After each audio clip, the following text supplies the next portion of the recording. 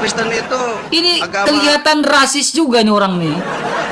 Bukan, ini kan kenyataan. Iya, saya tahu kenyataan. Kenyataan juga bahwa di dunia ini adalah Kristen, Pak. Saingin Kristen dengan ini- umat Katolik aja kuantitasnya masih kalah jauh, Pak. Kristen Nah, zaman terus? dulu itu dibawa sama penjajah. Gitu. Mau kita buka datanya, Iya. Pak? Penjajah membantu Kristen atau penjajah membantu Islam ya? Kita buka ya, Pak ya. Bapak bilang di penjajah membawa apa? Ya. Itu kan Belanda dulu kan yang menjajah paling lama itu. Kita buka datanya aja, Pak. Ya, kita buka datanya aja, ya. Ya. Nih. Nih. Mana ya? Mana ya? Menurut NU, Pak, ya. Ya, VOC itu tidak pernah membawa agama Kristen ke Indonesia, Pak. Ya, gimana ya? VOC ya, NU ya.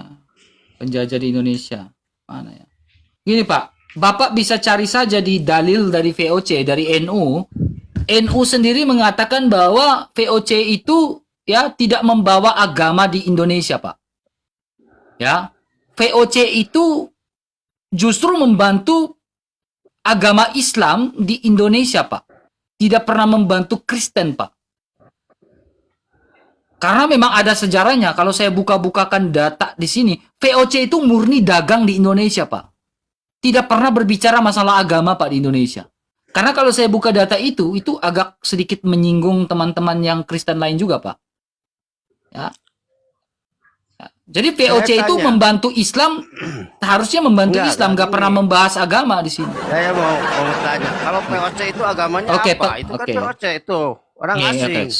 Pengislaman di Sok. Indonesia, pengislaman. Itu Kristen. Ya, harus tunjukkan data dulu ini kayaknya. Saya lupa datanya ini. Pengislaman. Ini, Pak. Datanya udah dapat nih. Thank you ya. Thank you ya yang kasih clue-nya ya. Pak, lihat ini baik-baik. Ini NU kan? Ya. Ini dalil dari NU ya, Pak ya. Thank you ya yang sudah kasih clue-nya.